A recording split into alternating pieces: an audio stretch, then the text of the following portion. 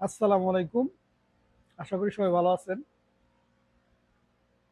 আগে এই কথাগুলো শুনেন। আমাদের ইতালিয়ান এক প্রবাসী ভাই আমাদের বাঙালি বা বাংলাদেশি প্রবাসী যারা আছে ইতালিতে তাদেরকে নিয়ে কিছু কথা বলেছে। তো ওনার কথায় কতটুকু যুক্তি আছে বা ওনার কথাগুলো সত্য বা মিথ্যা কিনা একটু শুনেন। তারপরে আমি কিছু কথা বলবো এই বিষয়ে। দেখি ভাই কি বলে। আসসালামু আলাইকুম। আপনাদের সাথে একটা কথা বলতে চাই আমি ব্যক্তিগতভাবে। আসলে আমি ইতালিতে ১ বছর যাবৎ আছি এবং আমার কাছে একটা বিষয় খুব আ আমার বলতে খুব ইচ্ছা করে। তারপরেও কেন জানি এখন বলতে খুব ইচ্ছা হচ্ছে।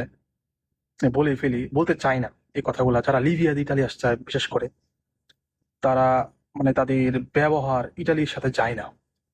তাদেরকে সহজেই অ্যাকসেপ্ট করতে পারে না ইটালিয়ানরা। কেন জানেন? তাদের ধরনটা এমন, যারা জীবনে ১০,০০০ ২০,০০০ টাকা একসাথে দেখে নাই, তারা যদি ১,০০,০০০ ১,৫০,০০০ টাকা বেতনের কাজ এখানে পায়া যায় লিবিয়া দিয়ে আইসা, তারা তারা তো মনে করবো যে আমি আসমানের চাঁদ পায়ে গেছি। তো বিষয়টা এমন, যত ফকিন্নির বাচ্চা আছে সব ইটালিতে চলে আসছে, লিবিয়াতে, থার্ড কোনো কান্ট্রি।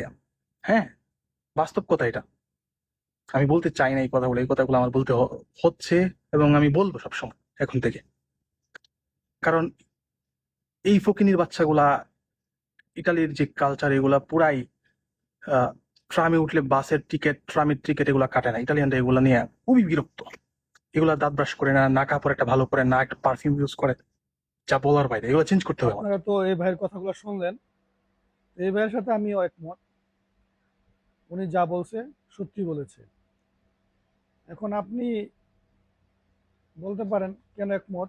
তার কারণ হলো লিবিয়া দিয়ে যারা আসছে এর 90% মানুষই অশিক্ষিত।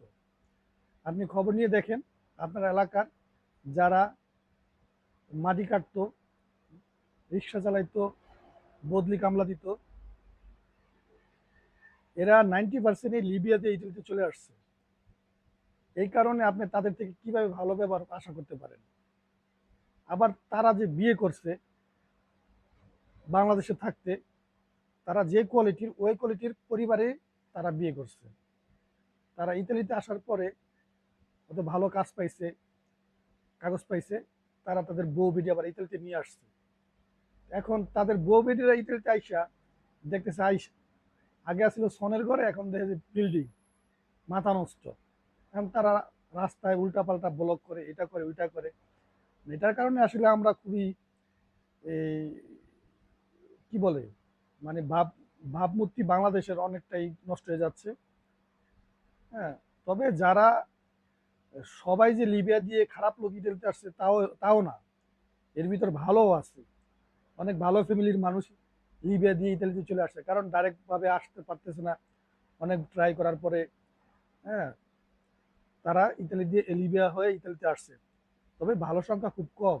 আমাদের অনেক আত্মীয় স্বজন লিবিয়া দিয়ে ইতালিতে আসছে, ভালো ফ্যামিলির।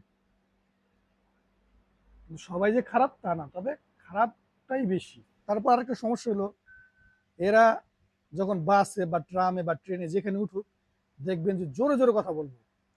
আপনি তাদেরকে দেখলেই বুঝবেন যে এরা লিবিয়া দিয়ে ইতালিতে আসছে। কারণ যারা লিবিয়া দিয়ে ইতালিতে আসছে এরা ম্যাক্সিমামই অশিক্ষিত। এরা জানে না কোথায় কিভাবে চলতে হবে, কোথায় কথা বলতে হবে, কোথায় কতটুকু সাউন্ডে কথা বলতে হবে, হ্যাঁ, কোথায় কথা বলা ঠিক না। এই কমন সেন্স গুলা এদের ভিতরে নাই ম্যাক্সিমাম। তো আপনি দেখলেই বুঝতে পারবেন তাদের পোশাক আশাক, কথাবার্তা, চলাফেরা। হ্যাঁ, আপনি দূর থেকে বলতে পারবেন যে লোকটা লিবিয়া দিয়ে ইতালিতে আসছে, এমন একটা অবস্থা। যাই হোক, যা তাদের দোষও আছে আবার গুণও আছে। তারা অনেক কাজের, অনেক পরিশ্রমী।